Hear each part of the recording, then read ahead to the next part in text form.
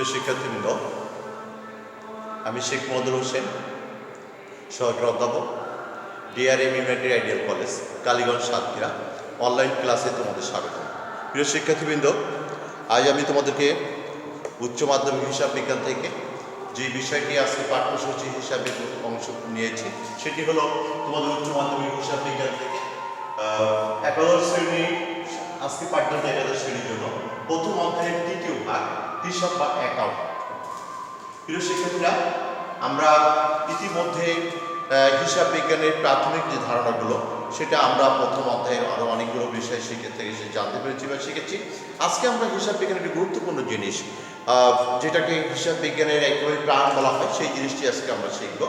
অর্থাৎ কীভাবে একটি দুদফা দাখিলা পদ্ধতিতে লেনদেনগুলোকে কীভাবে হিসাবভুক্ত করা হয় এবং তার বিভিন্ন গাণিতিক প্রয়োগের ক্ষেত্রে যে পদ্ধতিটি আমাদেরকে অবলম্বন করতে হয় সেটি আজকে আমরা সরাসরি এখানে দেখব।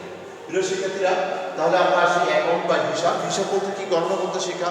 এখন হিসাব বিজ্ঞানের ভাষায় আমরা যে গণনা করি বা অ্যাকাউন্ট করি সেটার একটা সিস্টেম, একটা পদ্ধতি রয়েছে। সেই পদ্ধতিগুলো আজকে আমরা আলোচনা করব। প্রথমত আমরা আসি যে হিসাবকে কয়টি শ্রেণীতে ভাগ করা হয়। প্রথমত আমরা যদি দেখি যে হিসাবকে সাধারণত দুইটি ভাগে ভাগ করা হয়। একটি হলো ব্যক্তিবাচক হিসাব, অপরটি হলো অব্যক্তিবাচক হিসাব। তাহলে প্রথম এই হিসাবের দুইটি ভাগকে, প্রথম যে ভাগটাকে বলা হচ্ছে সেটাকে বলা হচ্ছে ব্যক্তিবাচক হিসাব। ব্যক্তিবাচক বলতে কি বোঝায়? অর্থাৎ ব্যক্তির সাথে related mister X Y Z, Rahim, Karim, Jalil, এরকম যখন কোনো ব্যক্তির নাম আসে, প্রতিষ্ঠানের নাম আসে, সেগুলোকে আমরা ব্যক্তিবাচক হিসাব বলি।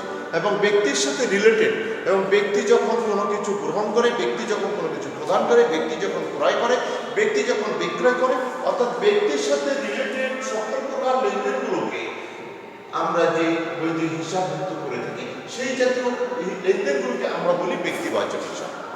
অপারেটিভ লেনদেনের আরেকটি বলা হচ্ছে হিসাবের অপারেটিভ ভাগকে বলা হচ্ছে অব্যক্তিবাচক হিসাব। তাহলে অব্যক্তি মানে যারা ব্যক্তি নয়, ব্যক্তি নয় এমন সকল লেনদেনগুলোকে যে হিসাবে অন্তর্ভুক্ত করা হয় সেটাকে আমরা বলছি অব্যক্তিবাচক হিসাব। শিক্ষার্থীরা, তাহলে আমরা সহজে বুঝলাম যে ব্যক্তির সাথে রিলেটেড ব্যক্তিবাচক হিসাব, ব্যক্তির সাথে রিলেটেড নয় এমন হিসাবকে আমরা বলবো অব্যক্তিবাচক হিসাব। যেমন আমরা একটু উদাহরণ বলতে পারি ব্যক্তিবাচক হিসেবে, রহিমের নিকট থেকে পণ্য ক্রয়। প্রিয় শিক্ষার্থীরা, তাহলে আমরা যদি কোনো একটি লেনদেনে যদি আমরা দেখি রহিমের নিকট থেকে পণ্য ক্রয় 100 টাকা, অর্থাৎ এই সহজ কথাটি দিয়ে, এই কথাটি আমরা বুঝলাম যে রহিম একজন ব্যক্তি। সুতরাং এই হিসাবে যদি শ্রেণী বিভাগ করা হয় তাহলে বলবো যে এই লেনদেনটি ব্যক্তিবাচক হিসাব। যেহেতু রহিম একজন ব্যক্তি, রহিমের নাম আছে, তাহলে সহজে আমরা বুঝতে পারছি যদি আমরা এই হিসাবে লেনদেনের শ্রেণী বিভাগ করি তাহলে যদি আমরা প্রশ্ন করা হয় লেনদেনটি কোন জাতীয় লেনদেন বা এই সব হিসাবে কোন জাতীয়, তাহলে আমরা সহজে বলতে পারবো এটা ব্যক্তিবাচক হিসাব।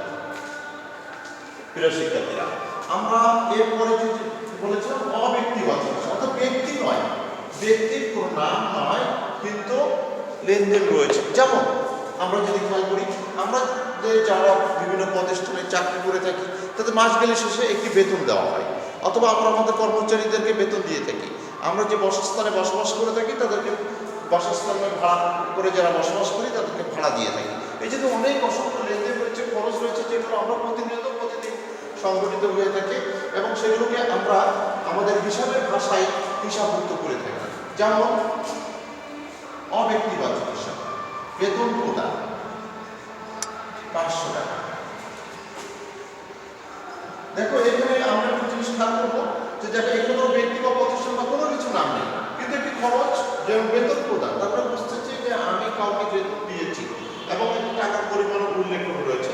তাহলে বুঝবো যে আমরা যদি এখন যদি বলি এই লেনদেনটি কোন জাতীয় শ্রেণী বিভাগের মধ্যে পড়ে, তাহলে আমরা নিঃসন্দেহে বলতে পারবো এটি একটি অব্যক্তিবাচক হিসাব। কারণ এই লেনদেনের সাথে কোনো ব্যক্তি বা প্রতিষ্ঠানের নাম নেই। যখন কোনো ব্যক্তি বা প্রতিষ্ঠানের নাম না থাকবে তখন আমরা সেই লেনদেনগুলোকে বলবো অব্যক্তিবাচক হিসাব। প্রিয় শিক্ষার্থীরা, যদিও আমি এখন যে ক্লাস নিচ্ছি এটা তোমার মাধ্যমিক স্তরেও ক্লাস 9 এবং 10 এই বিষয়গুলো যথাযথভাবে শিখেছি এবং জানার সুযোগ হয়েছে।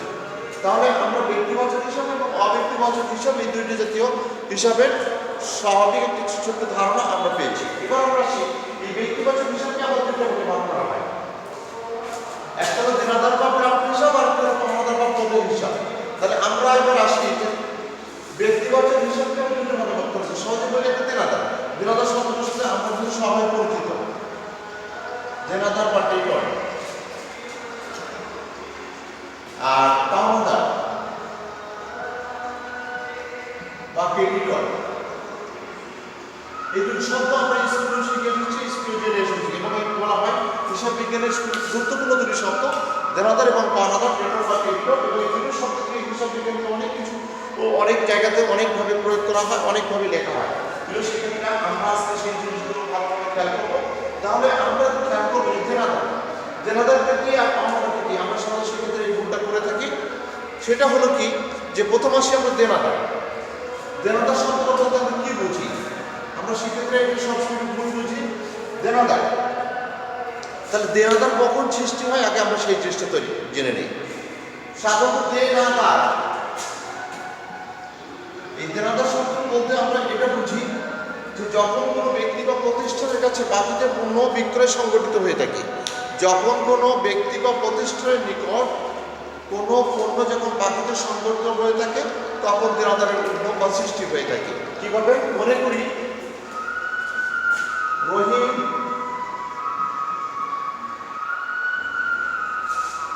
করিমের নিকট ৫,০০০ টাকা পণ্য বিক্রয়। প্রিয় শিক্ষার্থী, আমরা ছোট্ট একটা জিনিস দেখেছি খেয়াল করতে সময় যে রহিম করিমের নিকট, তাহলে কে বিক্রি করতেছে? প্রথমত রহিম বিক্রি করতেছে, কার কাছে বিক্রি করতেছে? করিমের নিকট বিক্রি করতেছে। কত টাকা পণ্য বিক্রি করছে? ৫,০০০ টাকা পণ্য বিক্রি করছে। প্রথমত যে আমরা নাম দেখে বুঝলাম এটা একটা ব্যক্তিবাচক হিসাব, এবং পরবর্তীতে এবার আমাদের আইডেন্টিফাই করতে হবে দেনাদার এবং পাওনাদার। রহিম করিমের নিকট, তাহলে কার নিকট বিক্রি করছে? রহিম বিক্রি করতেছে করিমের নিকট বিক্রি করতেছে। তাহলে টাকাটা পাওয়া যাবে কার কাছ থেকে? করিমের কাছ থেকে। এবং আরো একটা লেনদেনের ভাষার মধ্যে একটা জিনিস খেয়াল করবো সবাই, এটা আমরা সাধারণত যদি ভুল করি সেটা হলো এই যে এখানে এই লেনদেনটি কিভাবে সংগঠিত হচ্ছে, নগদে সংগঠিত হচ্ছে না বাকিতে সংগঠিত হচ্ছে, অত কোনো স্পষ্ট কিছু বক্তব্য বলে দেওয়া নেই। যখন কোনো লেনদেনের মধ্যে ব্যক্তিবাচক হিসাবে যখন কোনো লেনদেনের মধ্যে নগদ শব্দের উল্লেখ না থাকবে, কোনো প্রকার লেনদেন সংগঠিত হলে, ক্রয় বা বিক্রয় সংগঠিত হলে, তাহলে বুঝতে হবে ওই লেনদেনটি নগদে না হয়ে বাকিতে সংগঠিত হচ্ছে। বৃহস্পতিকে তাহলে এখানে কি বলেছে? রহিম করিমের নিকট ৫০০ টাকা পণ্য বিক্রয় করছে। তার অর্থ হলো এই যে রহিম করিমের যে পণ্যটা বিক্রি করছে নগদে সংগঠিত হয়ে বাকিতে সংগঠিত হয়েছে। এবং যখন নগদ সংগঠিত না হয়ে বাকিতে সংগঠিত হবে তখন দেনাদার বা পাওনাদারের উদ্ভব বা সৃষ্টি হবে। আমি আরো একবার বলি, তোমরা সবাই খেয়াল করবে। সেটা হলো এই যখন কোনো ব্যক্তি বা প্রতিষ্ঠানের মধ্যে কোনো প্রকার পণ্য ক্রয় বা বিক্রয় সংগঠিত হয়েছে কিন্তু নগদ বা বাকি শব্দটি উল্লেখ নাই, যখন কোনো ব্যক্তি বা প্রতিষ্ঠানের মধ্যে নগদে পণ্য কথাটি উল্লেখ না করে যদি লেখা থাকে কোনো পণ্য বিক্রি করা হয়েছে, তাহলে বুঝতে হবে ওই লেনদেনটি নগদে না সংগঠিত হয়ে বাকিতে সংগঠিত হয়েছে। এবং যখন কোনো লেনদেন কোনো ব্যক্তি বা প্রতিষ্ঠানের মধ্যে হয়ে থাকে এবং নগদে না হয়ে যখন তাদের মধ্যে বাকিতে সংগঠিত হয়ে থাকে তখন বুঝতে হবে যে ওই লেনদেনটি বাকিতে হওয়ার কারণে দেনাদার এবং পাওনাদারের সৃষ্টি হয়েছে। প্রিয় শিক্ষার্থীরা, এবার আমরা দেখবো যে কে কার কাছে টাকাটা পাবে? দেনাদার। কে কার কাছে দেনা রয়েছে? তাহলে রহিম করিমের নিকট বিক্রি করেছে, তাহলে সহজে বোঝা যাচ্ছে যে করিম রহিমকে টাকাটা দিবে। তাহলে দেনাদার এখানে কে? করিম। করিমের কাছে রহিম টাকাটা পাবে। প্রিয় শিক্ষার্থীরা, আমরা সহজে এখানে ভুল সবাই মনে করি যে এখানে দেনাদার মানে হলো রহিম দিবে, কিন্তু তা নয়, আসলে টাকাটা দিবে হলো করিম। তাহলে আমরা যখন বিক্রি করি তখন আমরা কার কাছে বিক্রি করছি? আমরা যদি ডেবিট ক্রেডিট নির্ণয় করি হিসাবে দুই দফা দাখিলা পদ্ধতিতে যদি ডেবিট ক্রেডিট নির্ণয় করি, রহিম করিমের নিকট বিক্রি করছে, গ্রহীতাকে করিম, তখন আমরা লিখতাম করিম হিসাব ডেবিট, করিম হিসাব ডেবিট এবং রহিম হিসাব ক্রেডিট। হিসাব বিজ্ঞানের আরো একটা নীতিতে আমরা জানি যে গ্রহণ করে সে গ্রহীতা, যে দান করে সে হলো দাতা। তাহলে এখানে গ্রহীতা হলো করিম এবং দাতাকে রহিম। আরো একটা জিনিস খেয়াল করবো, যখন আমরা স্কুলগুলোতে শিখেছি দেনাদার শিখেছি, পাওনাদার শিখেছি, দেনাদার হিসাব সাধারণত কি হয়? ডেবিট হয়। এখানে দেখো দেনাদারকে করিম, তাহলে করিম হিসাব ডেবিট, রহিম হিসাব ক্রেডিট। প্রিয় শিক্ষার্থী, এখানে ব্যক্তির নাম আছে, কিন্তু কখনো কখনো আমরা এমন কিছু লেনদেন দেখতে পাই যেখানে কোনো ব্যক্তির নাম নেই, কিন্তু একটি লেনদেন সংঘটিত হয়েছে যে শুধু লেখা আছে 5,000 টাকার পণ্য বাকিতে বিক্রয় করা হবে। বাকিতে বিক্রয় করা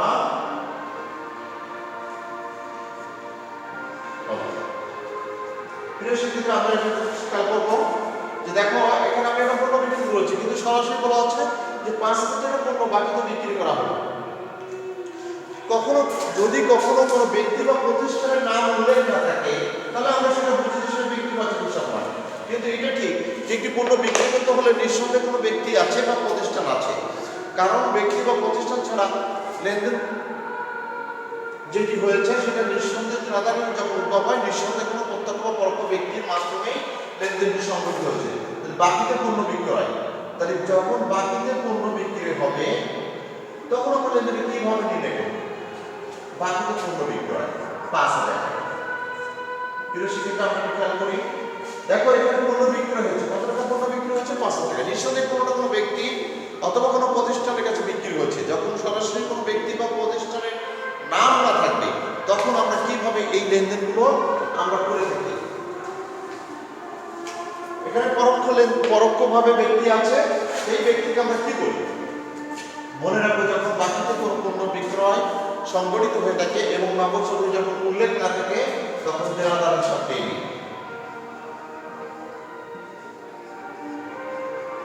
দেনাদার হিসাব দেয়নি এবং বিক্রয় হিসাব কেডি। কারণ বাকিতে পণ্য বিক্রয় হওয়ার কারণে দেনাদারের উদ্ভব হয়েছে। প্রিয় শিক্ষার্থীরা, তাহলে আমরা সহজেই বুঝলাম যে যখন কোনো ব্যক্তি বা প্রতিষ্ঠানের নিকটে প্রত্যক্ষ বা পরোক্ষভাবে নগদের লেনদেন না হয়ে বা নগদে বিক্রয় সংগঠিত না হয়ে বাকিতে সংগঠিত হবে, তখন আমাদের দেনাদারের উদ্ভব বা প্রাপ্য হিসাবে উদ্ভব বা সৃষ্টি হয়ে থাকে। প্রিয় শিক্ষার্থীরা, আমরা এবার চলে যাই পাওনাদার হিসাব। তাহলে আমরা এতক্ষণ দেখলাম যে কিভাবে দেনাদারের উদ্ভব হয়, ঠিক একইভাবে কিভাবে পাওনাদারের সৃষ্টি হয় সেই জিনিসটি আমরা এখন খেয়াল করব। তাহলে দেনাদার সৃষ্টি হলো বিক্রয়ের মাধ্যমে। তাহলে এটা সহজেই বোঝা যায় যে যদি কোনো ব্যক্তি বা প্রতিষ্ঠানের নিকট পণ্য ক্রয় হয় এবং সেই লেনদেনটি যদি নগদে না হয়ে বাকিতে সংগঠিত হয়, তাহলে পাওনাদারের সৃষ্টি হয়। প্রিয় শিক্ষার্থীরা, যেটা আমরা স্কুলে শিখে এসেছি, আমি আবার বলছি, যদি কখনো কোনো ব্যক্তি বা প্রতিষ্ঠানের কাছে কোনো লেনদেন নগদে সংগঠিত না হয়ে যদি বাকিতে সংগঠিত হয়, তাহলে অবশ্যই সেই লেনদেনে পাওনাদারের সৃষ্টি হবে। তাহলে আমরা এখানে দেখলাম যে তাহলে পাওনাদারের সাথে কি আমি একটু আগে একটা উদাহরণ বলেছিলাম যে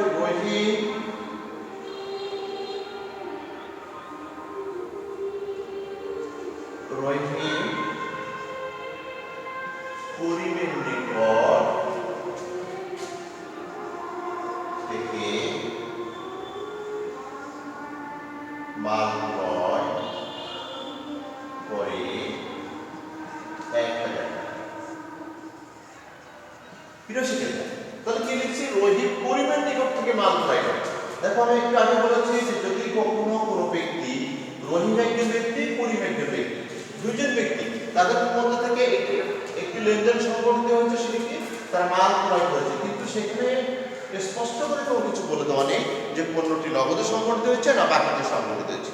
তাহলে যদি কখনো কোনো ব্যক্তি বা প্রতিষ্ঠানের মধ্যে কোনো পণ্য ক্রয় সংগঠিত হলে এবং সেই পণ্য ক্রয়ের ক্ষেত্রে যদি নগদ সূত্রে উল্লেখ না থাকে, তাহলে বুঝতে হবে সেই লেনদেনটি নগদে না হয়ে বাকিতে হওয়ার কারণে পাওনাদারের সৃষ্টি হয়েছে। প্রিয় শিক্ষার্থীরা, তাহলে পাওনাদার সৃষ্টি হলে তখন আমরা আমাদের লেনদেনটি কিভাবে তৈরি করব?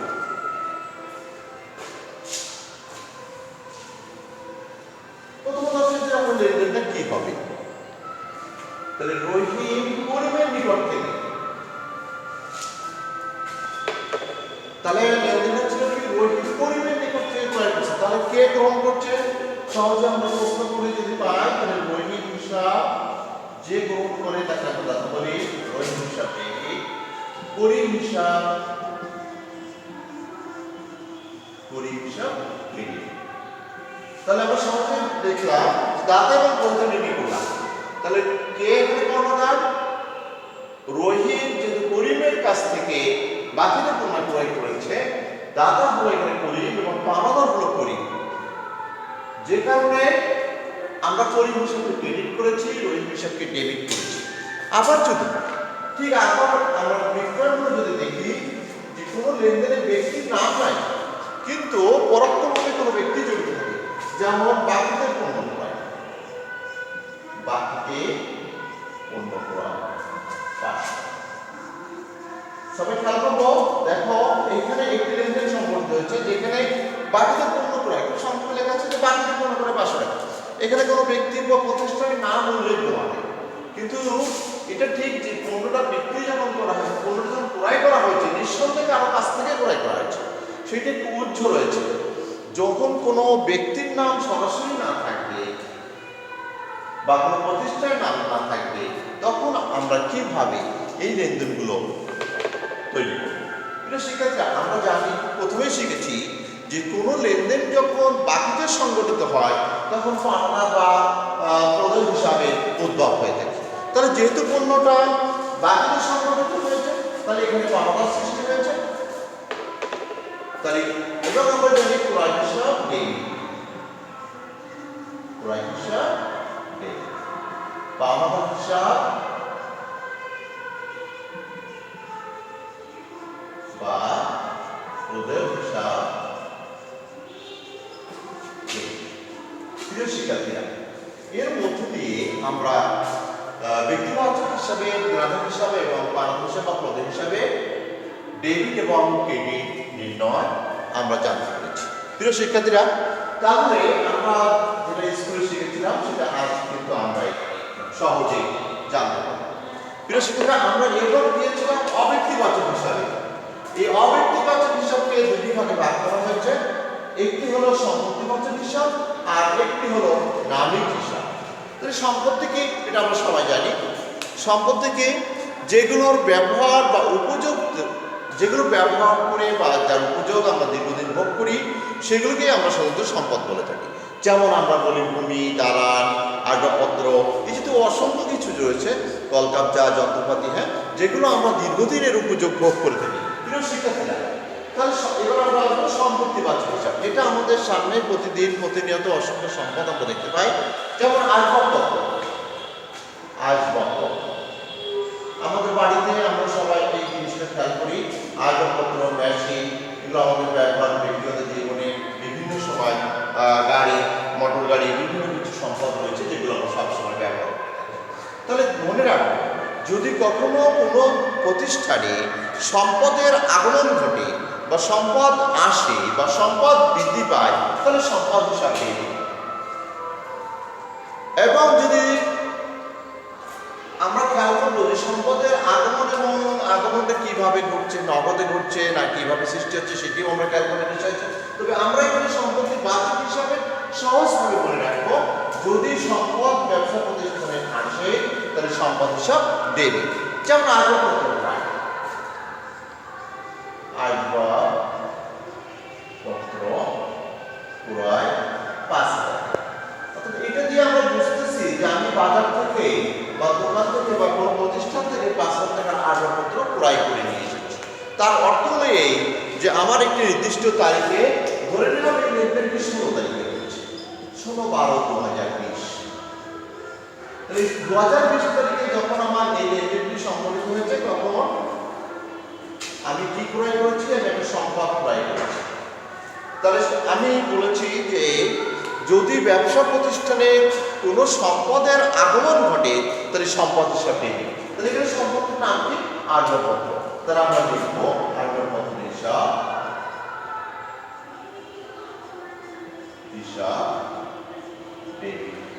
তাহলে এই সম্পদটা কিভাবে হয়েছে? নগদে ক্রয় করেছে, নগদ হিসাব।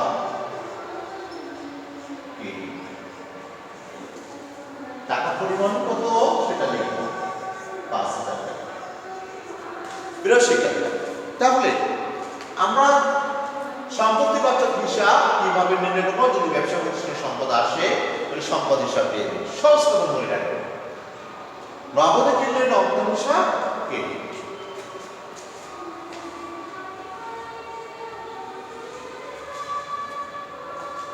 তাহলে আমরা অব্যক্তিবাচক হিসাবে একটি গুরুত্বপূর্ণ বাচক হিসাব কোনগুলো সেগুলো আমরা জানতে পারবো এবং সম্পত্তিবাচক কিভাবে হিসাব করা হয় সেটিও আমরা জানতে পারবো। প্রিয় শিক্ষার্থীরা, অব্যক্তিবাচক হিসাবকে দুটি ভাগে ভাগ করা হয়েছে। তার একটি হলো সম্পত্তিবাচক হিসাব, অপরটি হলো নামিক হিসাব। নামিক হিসাবকে কোন জাতীয় হিসাবগুলোকে আমরা নামিক হিসাব বলে থাকি? অর্থাৎ আমাদের দৈনন্দিন জীবনে এমন কিছু খরচ বা আয় রয়েছে যা বিভিন্ন নামের শিরোনামে লিপিবদ্ধ করা হয়। যেমন যদি খরচের কথা বলি, বেতন, বাড়ি ভাড়া, বিজ্ঞাপন, এই জাতীয় অনেক কিছু রয়েছে, বার্তা, কমিশন, আবার ঠিক এই জাতীয় অনেকগুলো খরচ রয়েছে, সুদ, কমিশন, এই জাতীয় বিভিন্ন কিছু রয়েছে যা আমাদেরকে নামিক হিসাবের মধ্যে অন্তর্ভুক্ত রয়েছে। এই বিভিন্ন নামের শিরোনামে যদি খরচ হিসাবগুলো অন্তর্ভুক্ত করা হয়, হিসাবভুক্ত করা হয়, যে জন্য এই হিসাবগুলোকে বলা হয় নামিক হিসাব। এই নামিক হিসাবকে আবার দুটি ভাগে ভাগ করা হয়েছে, একটি হলো আয়, অপরটি হলো ব্যয়। প্রিয় শিক্ষার্থীরা, তাহলে আমরা এবার দেখবো সেই আয় হিসাব এবং ব্যয় হিসাব কিভাবে লিপিবদ্ধ করা হয়। আমরা যদি দুটি আয় এবং ব্যয়ের নাম বলি, যেমন আয়ের কথা বলি, কমিশন প্রাপ্তি, কমিশন প্রাপ্তি, বার্তা প্রাপ্তি,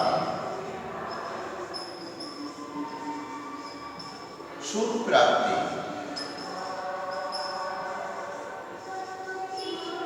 বিনিয়োগের সুদ। এই যে অসংখ্য আয়ের নাম আমরা বলতে পারবো যেগুলোকে আমরা আয় বলে থাকি। আবার যদি আমরা ব্যয় নাম বলি তাহলে আমরা সেখানে অনেকগুলো নাম বলতে পারবো, বেতন, বাড়ি ভাড়া, বিজ্ঞাপন,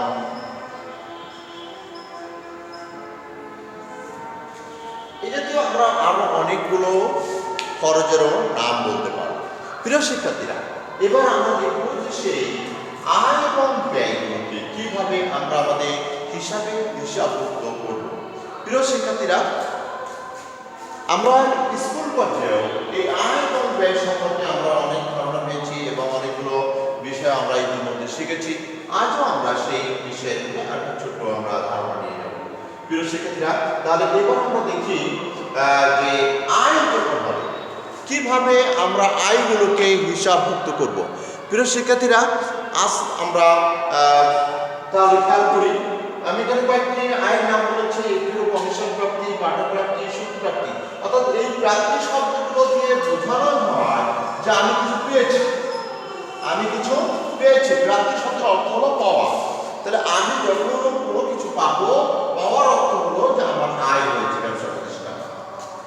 এবং আমি যখন কাউকে কিছু দিব, একটা জিনিস হলো পাওয়া,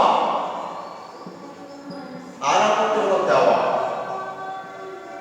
তাহলে পাওয়া বুঝলে আমি সহজে বুঝি যে কি আমার আয় হয়েছে, দেওয়া বুঝলে একটু সহজে আমরা বুঝি এটা আমার একটি খরচ সংগঠিত হয়েছে। প্রিয় শিক্ষার্থীরা, তাহলে এখানে কি কমিশন প্রাপ্তি, বাটা প্রাপ্তি, সুদ প্রাপ্তি, বিনিয়োগের সুদ, যে অসংখ্য বিভিন্ন রকম আয়ের আমরা নাম জেনেছি। তা আমি এখানে ছোট্ট একটা সিস্টেম, সুদ প্রাপ্তি। সুদ প্রাপ্তি বা সুদ পাওয়া গেল, সুদ পাওয়া গেল 100 টাকা। এই কথাটা আমি সহজে বুঝতে পারি। এই পাওয়া শব্দটির অর্থ হলো আমার আয় সংগঠিত হয়েছে।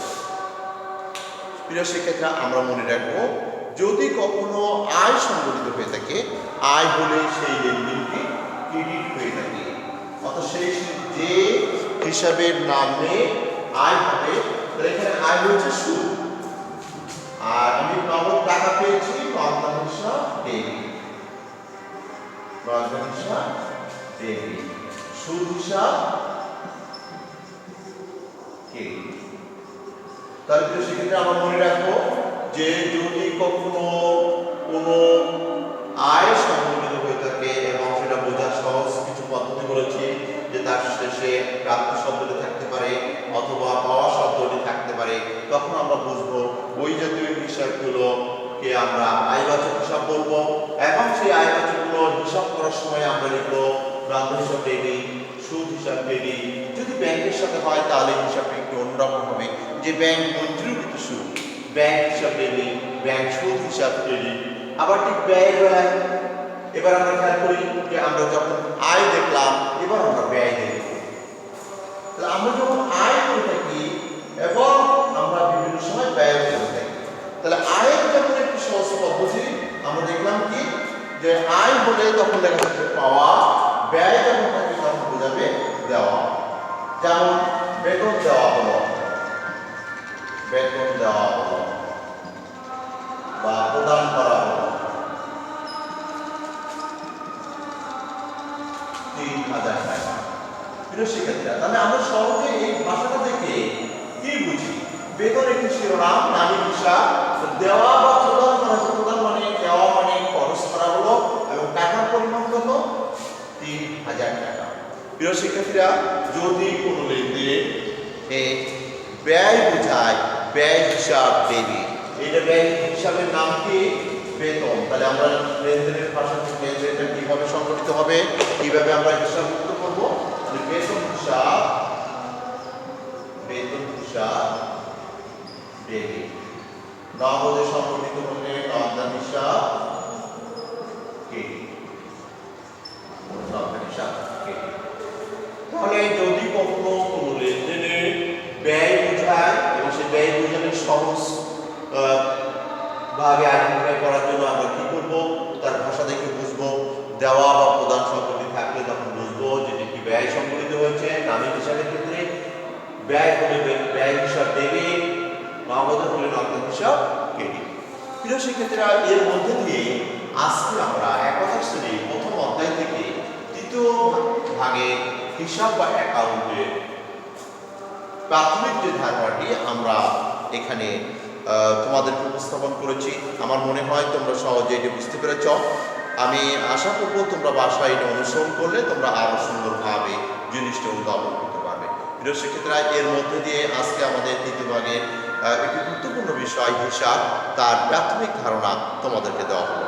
সবাই ভালো থেকো, সুন্দর থেকো। আবারও তোমাদের সাথে দেখা হবে এই প্রত্যাশায় শেষ করছি আজকের ক্লাস।